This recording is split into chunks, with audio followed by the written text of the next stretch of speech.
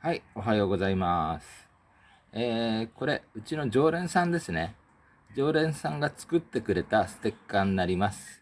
猫会長も出てます。はい。で、今日の内容なんですけど、ヤフオクで買われた車両、ちょっとお待ちくださいね。ヤフオクで買われた車両、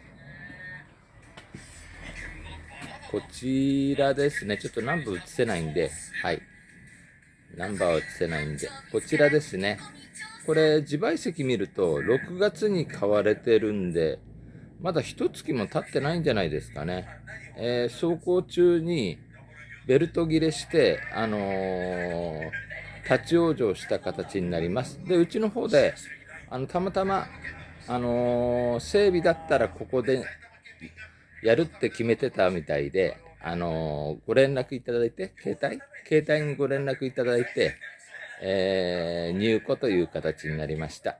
これからちょっと手をかけようと思うんですけど、エンジンからも油温とか出てまして、それなりに、まあ、それ直しちゃうとものすごい高くなっちゃうので、まあ、それなりに様子見ながら、オイルの配合を変えて、あのーメンテナンスですね、していこうと思います。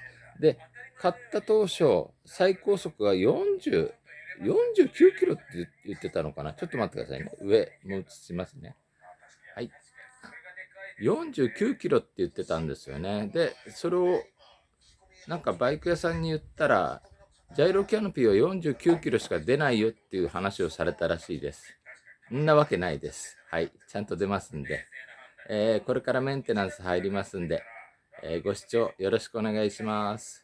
失礼します。